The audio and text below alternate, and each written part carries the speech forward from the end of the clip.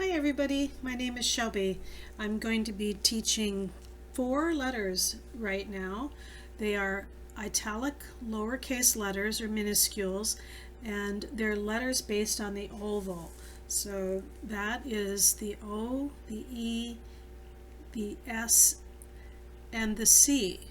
But I'm going to demonstrate them in the order of the O, C, E, S, because I think those are in order of complexity.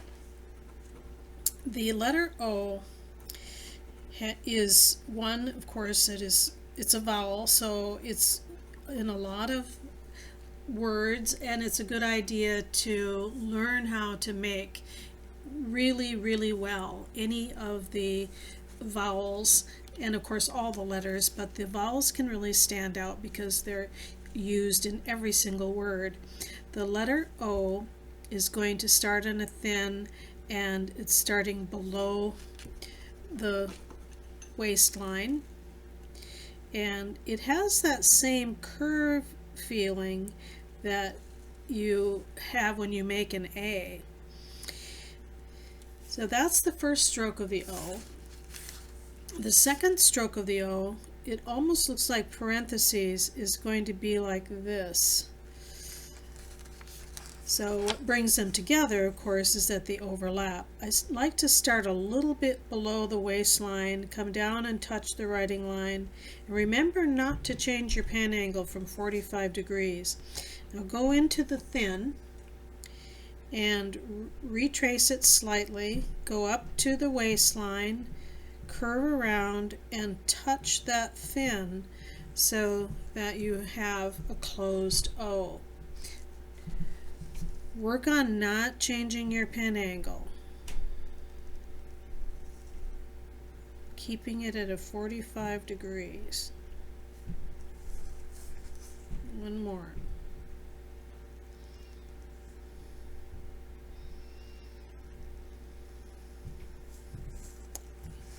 The letter C is based on the same shape as the O, and you can see the oval feeling, starting below the waistline on a thin, exiting on a thin, retracing a little bit into that thin, and putting a fairly flat cap right on the top of that C. There's no curvy, wavy line to it.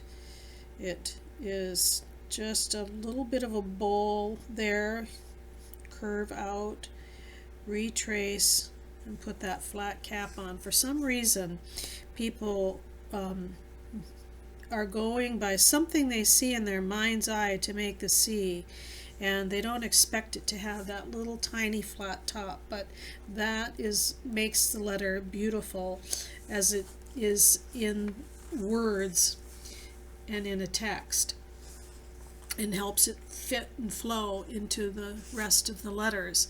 The E, based on the same oval,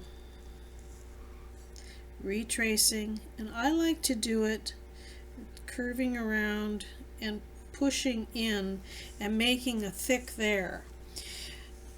So starting in a thin, curving around, touching the waistline, the writing line, exiting on a thin, going back slightly into that first thin you made, curving around and pulling in. If you notice, this is a little, almost a teardrop inside there, and it takes up half or just less than half of the whole oval. The letter S is a compound curve, so it does take some practice going on a thin, and this is not too deep. So notice that the S, I think it turns out to be a better letter if you start below the waistline and stop before the writing line. That's the basic shape you've got to learn, and not making it too deep, because if you do, it doesn't fit with the rest of the alphabet.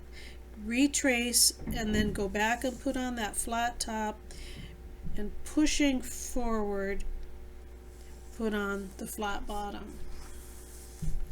So one more time. That one is a little more curved. If you go all the way up, you end up making your S go up over the top of the lines, and that just, of course, isn't what you want. So stay inside of those two lines as you are practicing to make the S. And you can see how it's based on the curve. My letter's wet, but it's based on the curve. All of these based on the oval. I think I said curve, but I mean oval. Happy practicing.